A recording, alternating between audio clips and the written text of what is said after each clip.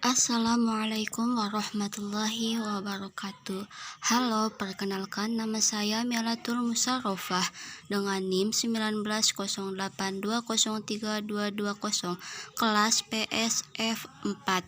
Video ini dibuat untuk memenuhi tugas mata kuliah Manajemen Keuangan Bank Syariah, yaitu menganalisis rasio keuangan suatu perusahaan dan kemudian membandingkan perusahaan tersebut dengan dua perusahaan yang lain. Di sini saya memakai perusahaan BMRI atau Bank Mandiri Persero Tbk.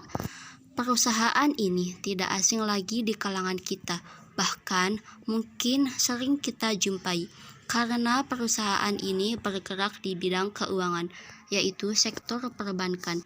Sebelum masuk ke perbandingan perusahaan mana yang layak untuk kita investasikan, maka saya akan menghitung rasio keuangan perusahaan terlebih dahulu.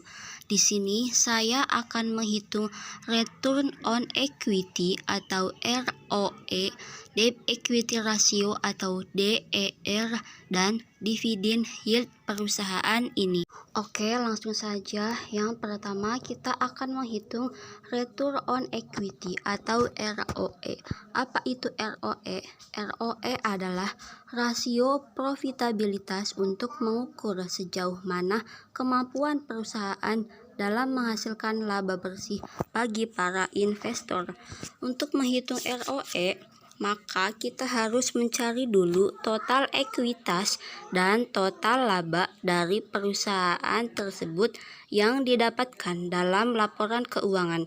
Untuk menghitung ROE digunakan rumus ROE sama dengan laba periode berjalan dibagi total ekuitas dikali 100%. Total laba didapatkan dari laporan laba rugi di perusahaan ini senilai Rp20.938.486 dan total ekuitas didapatkan dari laporan neraca.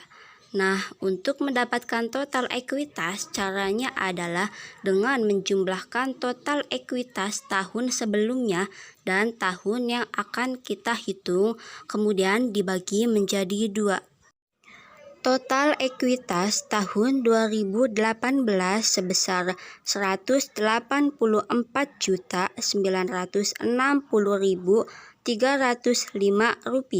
ditambah total ekuitas tahun 2019 sebesar Rp200.828.263 dibagi menjadi 2, sehingga hasil ekuitasnya adalah Rp192.894.284. Jadi, besarnya ROE perusahaan BMRI adalah 10,85%. Selanjutnya, kita akan menghitung debt equity ratio. Apa itu debt equity ratio? Debt equity ratio adalah rasio hutang terhadap ekuitas atau rasio keuangan yang membandingkan jumlah hutang dengan ekuitas. Untuk menghitung DER, kita akan menggunakan rumus DER sama dengan total liabilitas dibagi total ekuitas dikalikan dengan 100%. Total liabilitas didapatkan di perusahaan ini sebesar Rp997.696.531 dan dibagikan dengan ekuitas senilai Rp192.894.284 dikalikan 100%, sehingga hasilnya adalah 517,22%. Oke, rasio keuangan terakhir yang akan kita hitung adalah dividend yield Apa itu dividen yield? Dividen yield adalah rasio yang membandingkan jumlah dividen tunai yang akan dibagikan kepada pemegang saham dengan harga saham.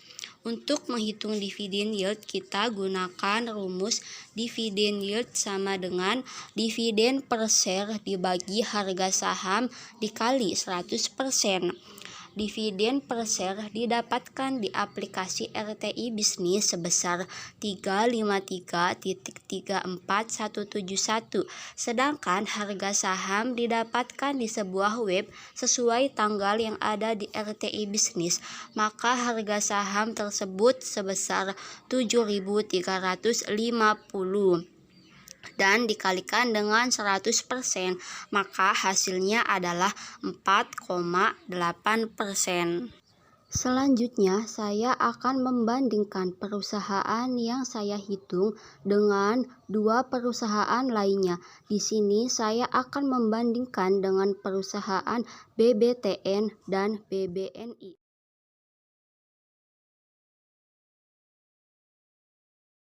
Oke, langsung saja kita membandingkan antara perusahaan yang satu dengan dua perusahaan yang lain. Yang pertama kita lihat dari segi EPS. EPS perusahaan BMRI sebesar 367 artinya bagus, BBNI 176 artinya bagus, dan BBTN 151 artinya kurang bagus. Sesuai dengan peraturan yang ada, apabila EPS semakin besar, maka perusahaan itu semakin bagus. Jadi perusahaan BMRI paling unggul dari segi EPS. Yang kedua dilihat dari segi PER. PER perusahaan BMRI sebanyak 16,76 kali artinya bagus, BBNI 33,82 kali artinya bagus, dan BBTN 13,68 kali artinya kurang bagus. Semakin tinggi PER suatu perusahaan, maka perekonomian perusahaan tersebut semakin baik. Jadi seperti yang sudah kita lihat bahwasanya perusahaan BBNI lah yang paling unggul dari segi PER. Yang ketiga, PBV. PBV perusahaan BMRI itu sebanyak 1,52 kali, BBNI 1,01 kali, BBTN 1,10 kali. Nah, untuk PBV ini itu adalah kebalikan dari EPS. Jadi apabila rasio PBV suatu perusahaan itu semakin kecil, maka perusahaan tersebut semakin bagus. Jadi nilai rasio PBV antara BMRI, BBNI, dan BBTN itu yang paling kecil adalah BBNI. Berarti BBNI unggul dari segi PBV. Selanjutnya kita bandingkan dari segi ROE. ROE perusahaan BMRI sebesar 10,85%, BBNI 2,98%, dan BBTN 8,02%. Nah, untuk ROE ini sama halnya dengan EPS. Jadi apabila ROE semakin besar, maka perusahaan itu semakin bagus.